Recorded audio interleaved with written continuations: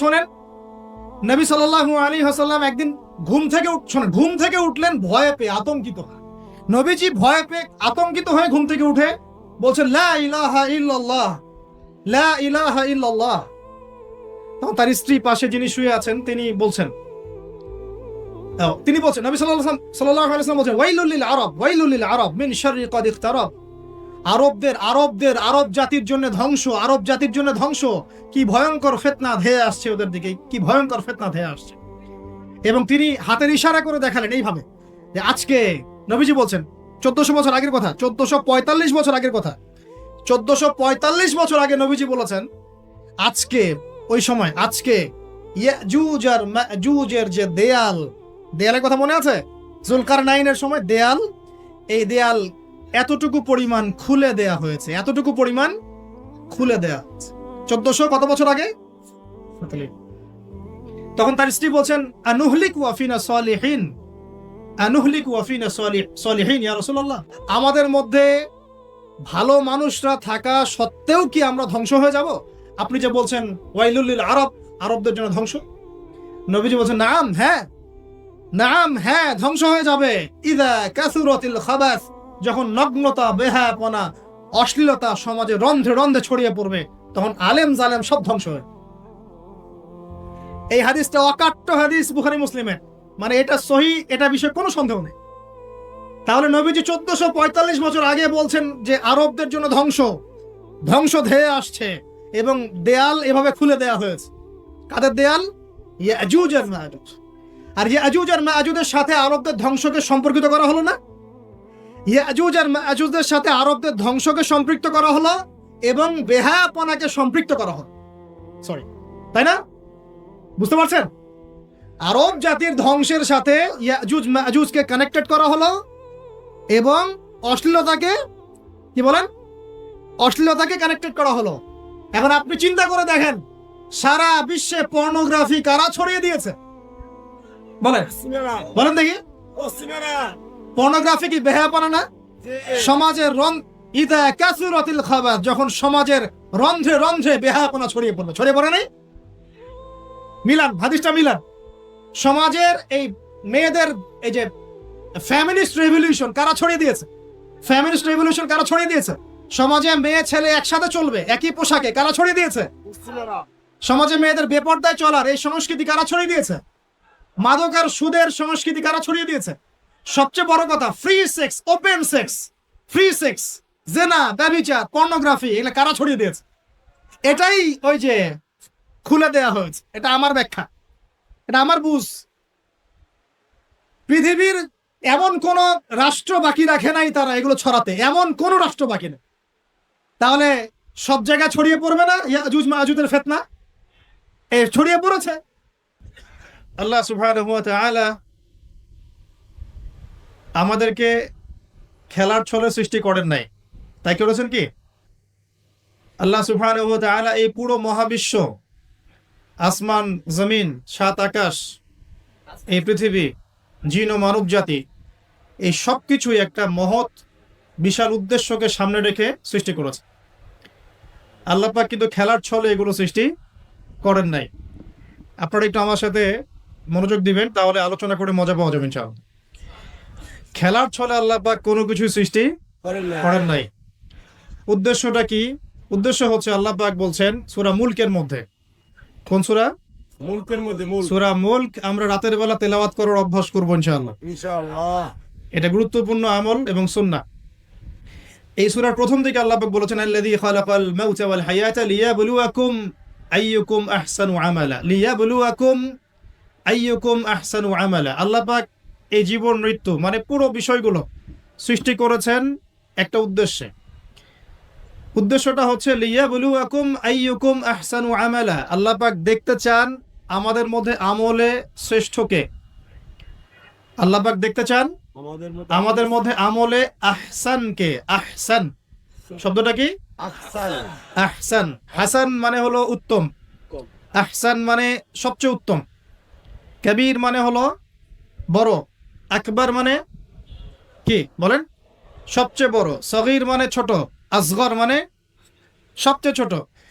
তো এখানে যে শব্দটা ব্যবহার করা হয়েছে, এটাকে আমরা আরবি ব্যাকরণের ভাষায় বলি ইসমে তাফজিল, আর ইংরেজিতে বলি সুপারলেটিভ ফর্ম। কি ফর্মস? সুপারলেটিভ তো বোঝেন, যেটা দিয়ে সর্বোচ্চটা বোঝায়। তো এখানে হাসান এর সুপারলেটিভ হচ্ছে আহসান। আল্লাহ পাক দেখতে চান এই দুনিয়াতে আমরা আমলে আহসানকে। সুবহানাল্লাহ। আল্লাহ পাক দেখতে চান না গরু খাওয়া মুসলিমকে। আল্লাহ পাক দেখতে চান না জুমার দিনে কে নামাজ পড়তে আসে। আল্লাহ পাক দেখতে চান না ঈদের দিনে কারা নামাজ পড়তে আসে, রমজান মাস আসলে কারা মুসল্লি হয়। আল্লাহ পাক এটা দেখতে চান। আল্লাহ পাক কি দেখতে চান? আমলে আহসান। আহসান হতে হলে কি গতানুগতিক মুসলিম হলে চলবে, না শক্ত মুসলিম হতে হবে? কোনটা? মুসলিম এখন বাংলাদেশে মোটামুটি দুই প্রকার। একটা হচ্ছে সুবিধাবাদী মুসলিম, আর একটা হচ্ছে প্রকৃত মুসলিম। সুবিধাবাদী মুসলিম কেমন? নামাজও পড়বো, সুদও খাবো, আমি যাকাতও দিব, এদিকে ঘুষও নিব। ধরেন যে বছর বছর হজ ওমরা করলাম, আবার অন্যের সম্পদ আত্মসাৎ করছি, মানুষের উপর জুলুম করছি। মানে যে অংশটুকু পালন করতে আমার কোনো সমস্যা নাই, ওই অংশটুকু আমরা পালন করতে কোনো সমস্যা মনে করি না। আর যে অংশগুলো পালন করলে আমার দুনিয়ার ক্ষতি হয়, দুনিয়ার স্বার্থ ক্ষুণ্ণ হয়, সেগুলো আমরা পালন করতে চাই। এই ধরনের মুসলিমটাকে কি বলে? সুবিধাবাদী মুসলিম। ইংরেজি একটা সুন্দর শব্দ আছে, শব্দটা হলো Protestant version of Islam. Protestant version of Islam, ওই যে প্রোটেস্ট্যান্ট খ্রিস্টান আছে, প্রোটেস্ট্যান্ট খ্রিস্টান, ওই রকম প্রোটেস্ট্যান্ট মুসলিম মানে সুবিধাবাদী মুসলিম। তো সুবিধাবাদী মুসলিমদের জন্য কি জান্নাত? মুসলিম কাকে বলে? মুসলিমের সবচেয়ে সেরা এক্সাম্পল আল্লাহ পাক কোরআনে যেগুলো দিয়েছেন, তারা হচ্ছেন নবীগণ। তারা কারা? নবীগণ। এবং সর্বশ্রেষ্ঠ নবীকে মুহাম্মদ রাসূলুল্লাহ সাল্লাল্লাহু আলাইহি ওয়াসাল্লাম। সেই সর্বশ্রেষ্ঠ নবী মুহাম্মদ সাল্লাল্লাহু আলাইহি ওয়াসাল্লামকে আল্লাহ পাক একজন নবীর দৃষ্টান্ত দিয়ে মুসলিম হওয়ার কথা বলছেন, মানে মুসলিম হওয়ার উৎসাহ দিচ্ছেন। কিভাবে? সেই নবীর নাম হচ্ছে ইব্রাহিম আলাইহিস সালাম। আল্লাহ পাক সূরা বাকারা পড়ে দেখবেন, শুরুর দিকে আছে, প্রথম পারার একদম শেষের দিকে। আল্লাহ পাক বলছেন, বা'দা আউযু বিল্লাহি মিনাশ শাইতানির রাজীম, ইয ক্বালা লাহু রাব্বুহু আসলিম। হে নবী মুহাম্মদ সাল্লাল্লাহু আলাইহি ওয়াসাল্লাম, যখনই আমি আল্লাহ ইব্রাহিমকে বলেছিলাম আত্মসমর্পণ করো। বুঝুন কথাটা, যখনই আমি আল্লাহ ইব্রাহিমকে বলেছিলাম আত্মসমর্পণ করো, ক্বালা, ইব্রাহিম বলেছিল আলাইহিস সালাম, আসলামতু লিরাব্বিল আলামিন, আমি জগৎ সমূহের প্রতিপালকের নিকটে কি করলাম? আত্মসমর্পণ করলাম। এটা কেমন ছিল আত্মসমর্পণ? আল্লাহ পাক বলেছেন তোমার স্ত্রী এবং সন্তানকে রেখে আসো। কোথায়? কোথায়? জনমানব শূন্য জায়গায়। তখন কাবাঘর নির্মাণ হয় নাই, সেখানে খাবারও নাই, পানিও নাই। ইব্রাহিম আলাইহিস সালাম কি বলেছিলেন যে আল্লাহ আপনার এই আদেশের পিছনে যুক্তি কি, দর্শন কি, বিজ্ঞান কি? না, বলেন তো দেখি। ইব্রাহিম আলাইহিস সালাম কি আঙ্গুল তুলেছিলেন আল্লাহ পাকের আদেশের উপরে? না। এটা হলো মুসলিম। বলেছেন সন্তান বড় হয়েছে, ফালাম্মা বালাগা মাআহু সাইয়া, যখন বাচ্চা দৌড়াদৌড়ি করতে শিখলো, মানে দৌড় দিতে শিখলো বাবার সাথে, তখন তিনি বলছেন, ক্বালা ইয়া বুনাই, হে আমার সন্তান, ইন্নী আরা ফিল মানামি আন্নী আযবাহুক, আমি স্বপ্নে দেখেছি আমি তোমাকে জবাই করছি। ফানজুর মাযা তারা, তোমার কি রায় আমাকে বলো। সন্তান ইসমাঈল বলছেন, ইয়া বাতি, হে আমার বাবা, ইফআল মা তুমার, আপনাকে যে আদেশ করা হয়েছে আপনি তাই করুন। সুবহান, সাতাজিদুনি ইনশাআল্লাহু মিনাস সাবিরিন, ইনশাআল্লাহ আপনি আমাকে ধৈর্যশীল পাবেন। এই যে বাবা ছেলে, এটা হলো মুসলিম, এটা হলো ইসলাম। ইয ক্বালা লাহু রাব্বুহু আসলিম, আল্লাহ যখন তাকে বলেছেন আত্মসমর্পণ করো, ব্যাস তিনি বিনা বাক্য ব্যয়ে আল্লাহ পাকের হুকুমের সামনে মাথা পেতে দিয়েছে। এর নাম হলো কি? এখন বলেন এই মানদণ্ডে আমরা কতজন মুসলিম আছি? এখন নামাজের বৈজ্ঞানিক ব্যাখ্যা খোঁজে মানুষ, এখন রোজার বৈজ্ঞানিক ব্যাখ্যা খোঁজে, যাকাতের অর্থনৈতিক ব্যাখ্যা খুঁজি। ব্যাখ্যা তো আছে, আছে না নাই? এই ব্যাখ্যা আমার না জানলেও চলবে। ব্যাখ্যা আছে, ব্যাখ্যা মিলতে পারে, আবার আমার মানে সংকীর্ণ বুদ্ধিতে নাও আসতে পারে। তো আল্লাহ পাক হুকুম করেছেন, বাস যথেষ্ট আমার জন্যে। আল্লাহ পাক হুকুম করেছেন তাওহীদ শিখতে হবে, শিখব। আল্লাহ হুকুম করেছেন 5 ওয়াক্ত সালাত পড়তে হবে, পড়তে হবে। আল্লাহ পাক হুকুম করেছেন যদি আমাদের নেশাব পরিমাণ সম্পদ হয় যাকাত দিতে হবে, বাস দিতে হবে। আল্লাহ পাক মা বোনদেরকে হুকুম করেছেন বালেগা হয়ে গেলে কি করবে? বালেগা হওয়ার আগেও পর্দা করার সিস্টেম আছে, মানে চর্চা করতে হবে। মা বোনদেরকে পর্দা করতে বলেছেন, বাস পর্দা করতে হবে। আল্লাহ পাক বলেছেন সামর্থ্য হয়ে গেলে হজ করো। আল্লাহ পাক আমাকে আপনাদের সবাইকে হজ করার তৌফিক দান করুন, হজ করবে। আল্লাহ পাক বলেছেন যেখানে জুলুম হচ্ছে একে প্রতিহত করো, করতে হবে। প্রতিহত করার অর্থ এই নয়। প্রতিহত করার অর্থ কি? প্রতিহত করার কয়েকটা অর্থ থাকে। সামর্থ্য থাকলে হাত দিয়ে, সামর্থ্য থাকলে কি দিয়ে? আপনার কি সে সামর্থ্য আছে? বাস নাই। ফাইল্লাম ইয়াস্তাতি, যদি না পারো ফাবি কি লিসানিহি, ফাবি লিসানিহি, জবান দিয়ে কথা বলেন। আপনার কথা বলার স্বাধীনতা নাই? আছে তো? সত্যি আছে? মাশাআল্লাহ। আচ্ছা, তাহলে জবান দিয়ে বলবেন। তাহলে কি বলবেন? জবান দিয়ে বলবেন, যতদূর পারেন বলবেন।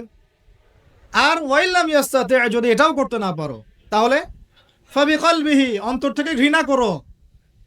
ঘৃণা কি আছে? ওয়াবিযালিকা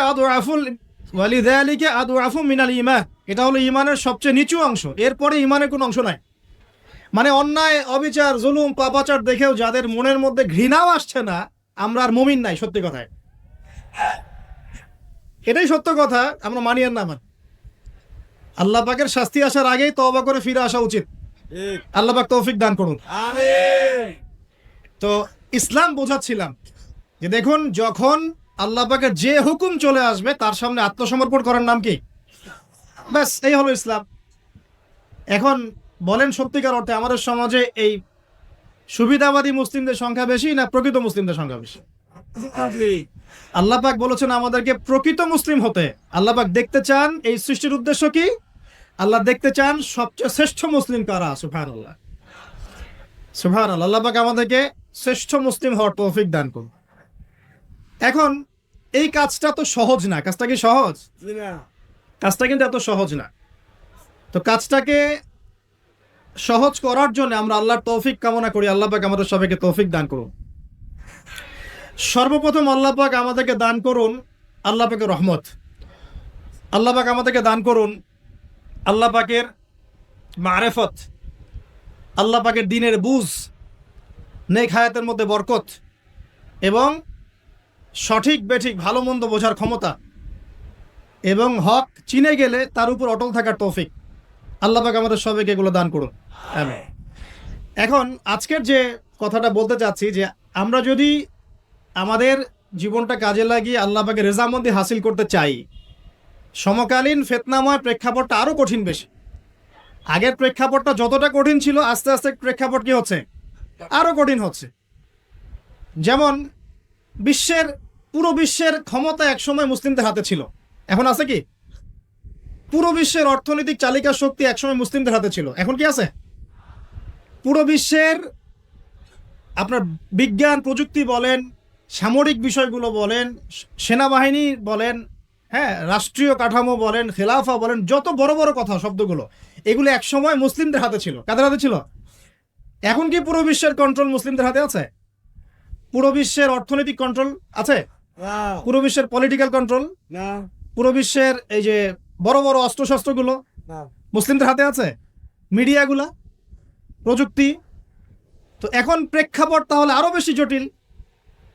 তার উপরে আবার সামাজিক ফিতনা আছে, বেপর্দার ফিতনা আছে, সমকামিতা আছে, পর্নোগ্রাফি আছে, জুয়া আছে, কিশোর গ্যাং আছে, মাদকাসক্তের সয়লাভ আছে, বেপর্দা নারীদের সয়লাভ আছে, আছে না? মিডিয়ার প্রোপাগান্ডা আছে, জুলুম আছে, কত কি আছে। এই সব কিছু মিলায় এই যুগে তো চলা আরো কঠিন কিনা? এই যুগে চ্যালেঞ্জটা আরো কঠিন কিনা?